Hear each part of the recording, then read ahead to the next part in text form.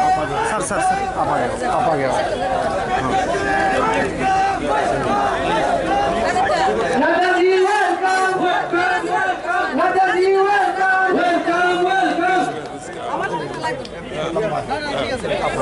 चले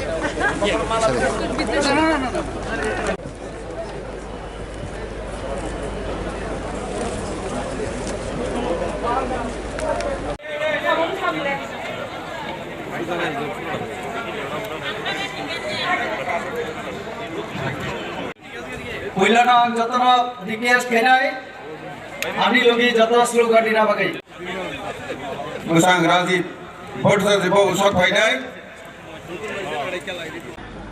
इतनी दूर दूर से आए हुए हमारे सभी देवियों और सज्जनों, मेरे नौजवान साथियों, मीडिया के मेरे साथी, प्रिंट मीडिया, इलेक्ट्रॉनिक मीडिया के मेरे साथी,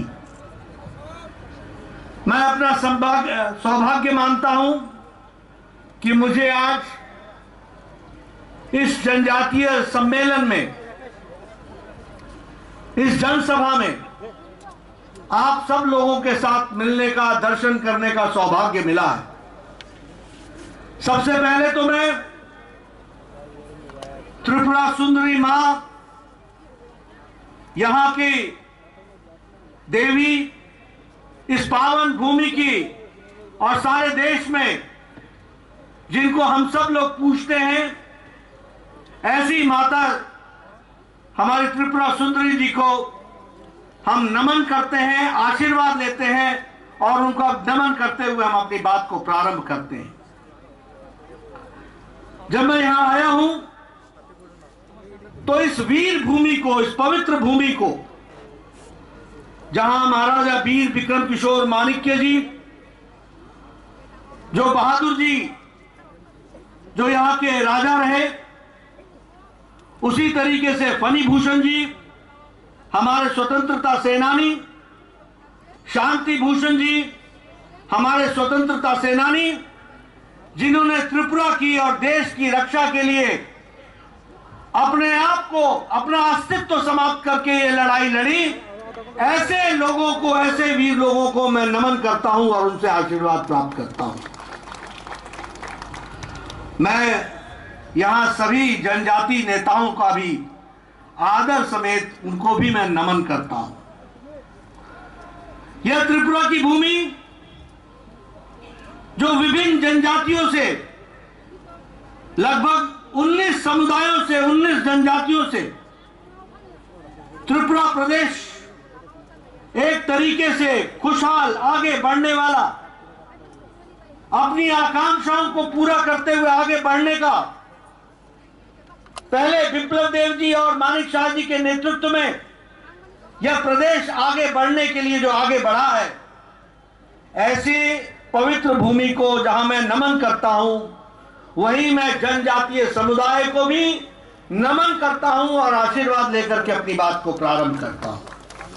जनजाति, भूटिया जनजाति, चकमा जनजाति, गारो जनजाति, जमातिया जनजाति और सभी 19 जनजातियों को भूल नहीं सकते हैं, क्योंकि उन्होंने त्रिपुरा की संस्कृति के साथ साथ भारत की संस्कृति की रक्षा के लिए मुख्य धारा में शामिल होकर के इस प्रदेश को और इस देश को आगे बढ़ाने में अपना योगदान किया है।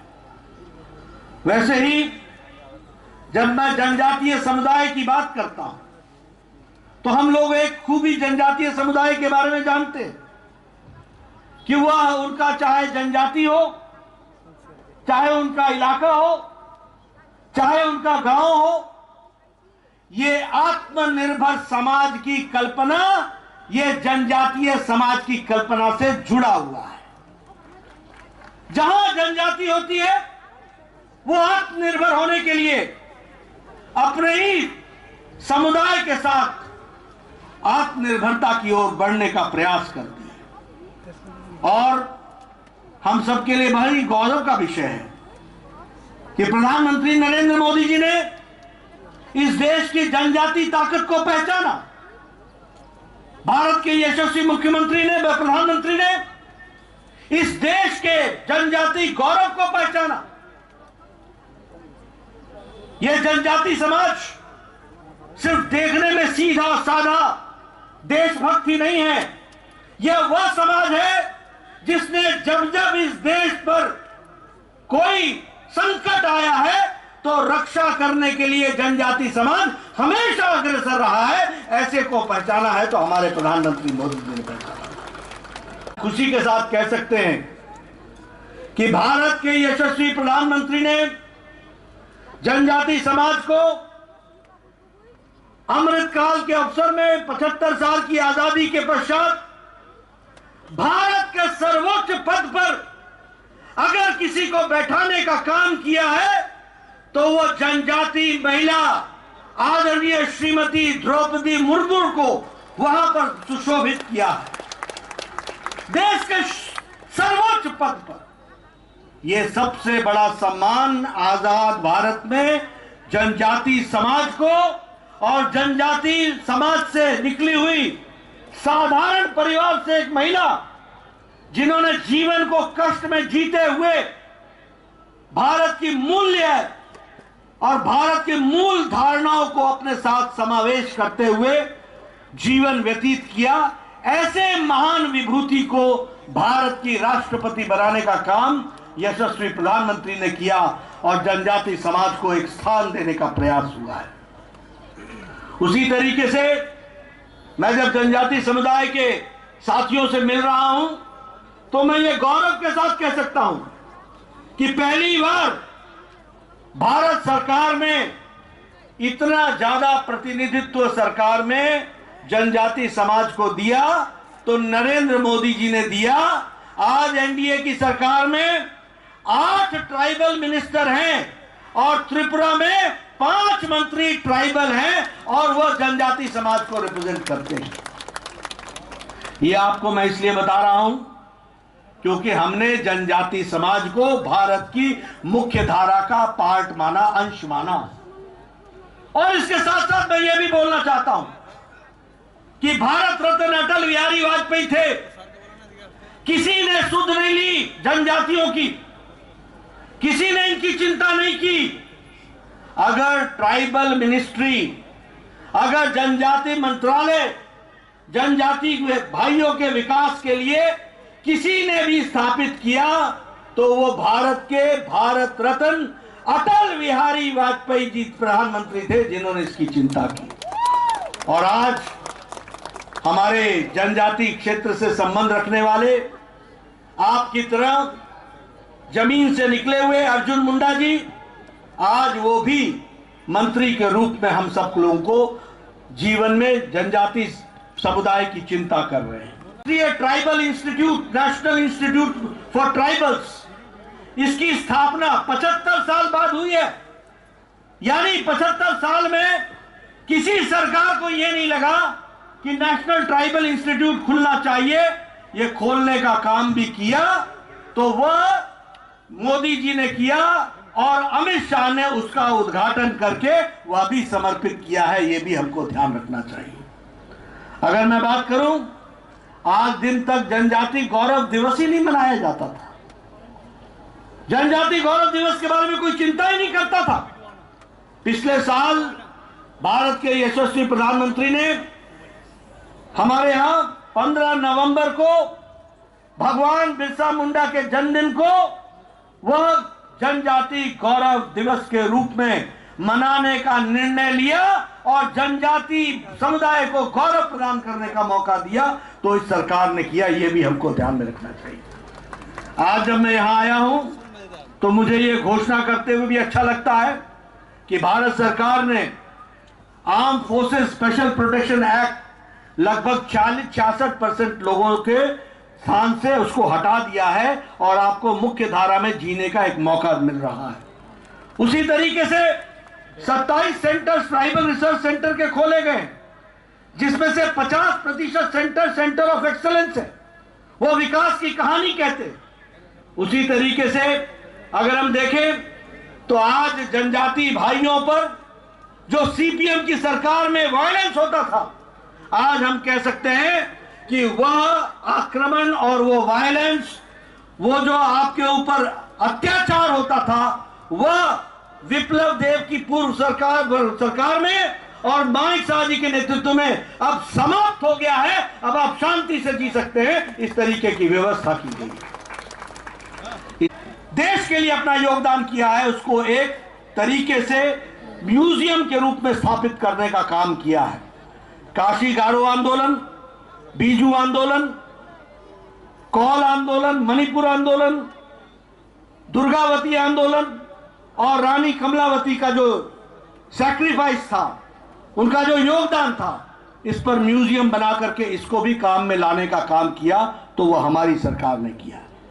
मित्रों, अगर हम सीपीएम की सरकार की बात करें तो उन्होंने 25 साल में जनजातियों को हमेशा उपेक्षा की दृष्टि से देखा और ये महाराजा वीर विक्रम किशोर माणिक्य जी, बहादुर जी, इनके बारे में भी अगर कोई नेशनल एयरपोर्ट बना करके उनको इज्जत देने का काम किया तो वो भी प्रधानमंत्री मोदी जी ने किया है, ये भी हमको याद रखना चाहिए।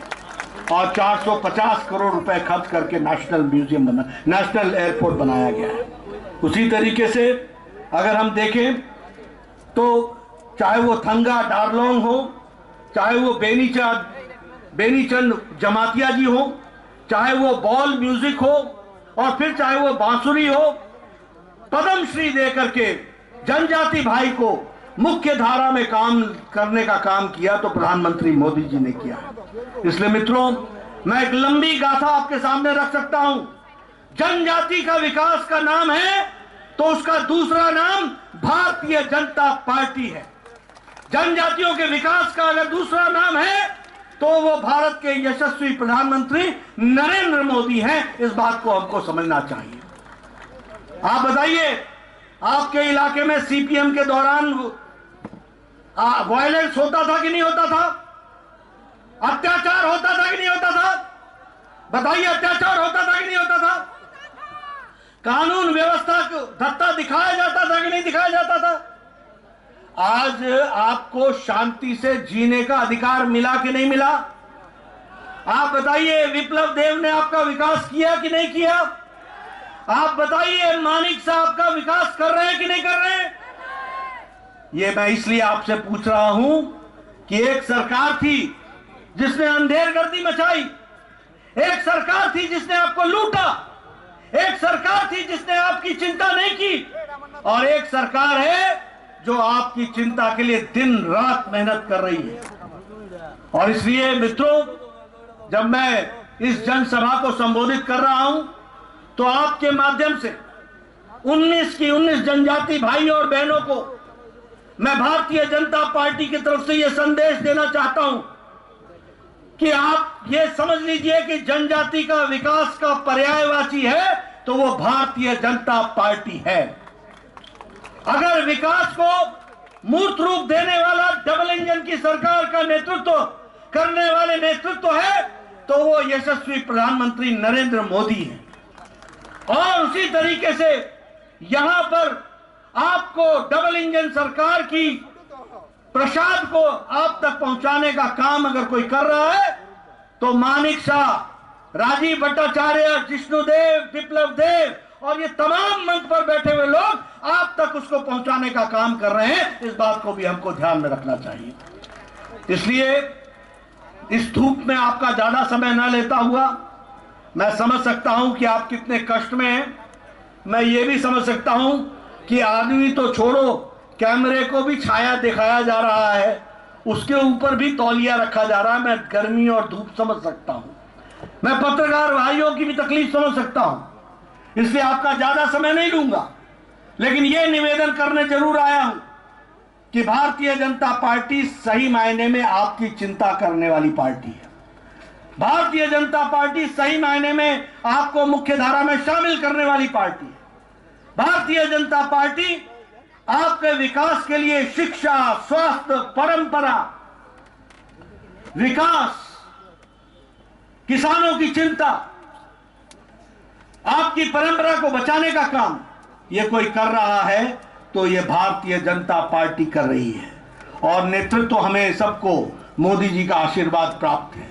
इसलिए आपसे मैं निवेदन करूंगा कि आप जनजाति क्षेत्र में किए गए कार्य को गहराई से समझें, जानें और भारतीय जनता पार्टी को आप आशीर्वाद दें। इन्हीं शब्दों के साथ बहुत बहुत धन्यवाद।